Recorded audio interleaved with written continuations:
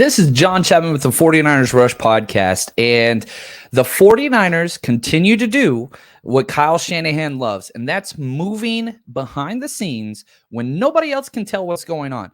You get all this flack because why are the 49ers not restructuring all these deals? Why are we not hearing about all this stuff and clearing cap room? Well, today is Wednesday, the official first day of the NFL league year, and I think it's going to be a crazy day when it's all said and done as far as the NFL goes. Probably the craziest day of the year, and the 49ers could be a major player in that. Well, turns out, just like the 49ers and Kyle Shanahan and Parag Marante and John Lynch do every year, they hide everything to themselves until the very last moment. Well, we just got word from Phil Yates and a couple other NFL insiders that the 49ers have restructured the contracts of tight end George Kittle and defensive tackle Eric Armstead, creating $18.75 million in 2022 cap space. So not only are the 49ers under the cap now currently for the new league year, two, it does provide a little bit of relief in terms of Jimmy Garoppolo. Yes, he has not been traded yet. I expect that to take place relatively soon. And if it does not take place soon, then guess what? You're going to be waiting a while. But now the 49ers don't have to rush. They do not have to rush. They can overspend on that money and sign whatever free agents they want. And whenever Jimmy G is dealt, that's probably when you're going to get that Deebo Samuel, contract extension, which again, I expect that to take place. Very similar to how Fred Warner and George Kittle got their deals when training camp starts right after they report. The 49ers like to set precedents. One, not revealing to the media or the press the moves behind the scenes, just like we saw with the cap restructures today. And two, they will reward players that have been homegrown, drafted, and all of those things once they report to training camp. They're not going to handle holdouts. They're staying away from that. And for those of you that are saying, oh, what about DeForest Buckner?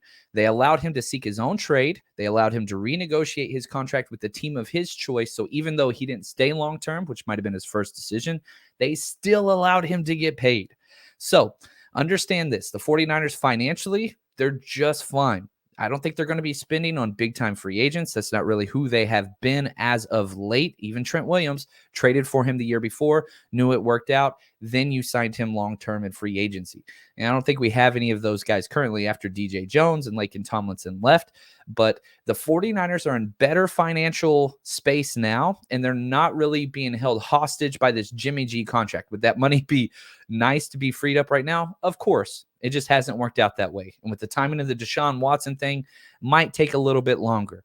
But just rest, be patient. And whenever you're seeing people out there throwing all this hate on John Lynch and Kyle Shanahan and Parag Marante for not getting stuff done, they're doing it. They're just not broadcasting it until they have to. They love to keep everything in-house. 49ers don't leak. It's just what it is. The fact that these two contracts got done, didn't hear anything from Kittle, didn't hear anything from Armstead. And on top of that, by restructuring these deals, it pushes the dead cap on these players' long-term deals in the future, which makes it even less likely that any of them would be traded. So for the George Kittle's going to be traded crew, I don't know how you found space on that bus. It ain't happening now. It's even less likely, which was already not happening, but now it's even less likely. Eric Armstead being traded, not happening. These guys are permanent fixtures in the 49ers short and long-term plans. Both of them will be here for the next 3 to 4 years. So the 49ers have some cap relief thanks to George Kittle and Eric Armstead just restructuring their deals. Gets more cash in their pockets now, helps the 49ers with cap relief, and we're going to continue to see this across the NFL.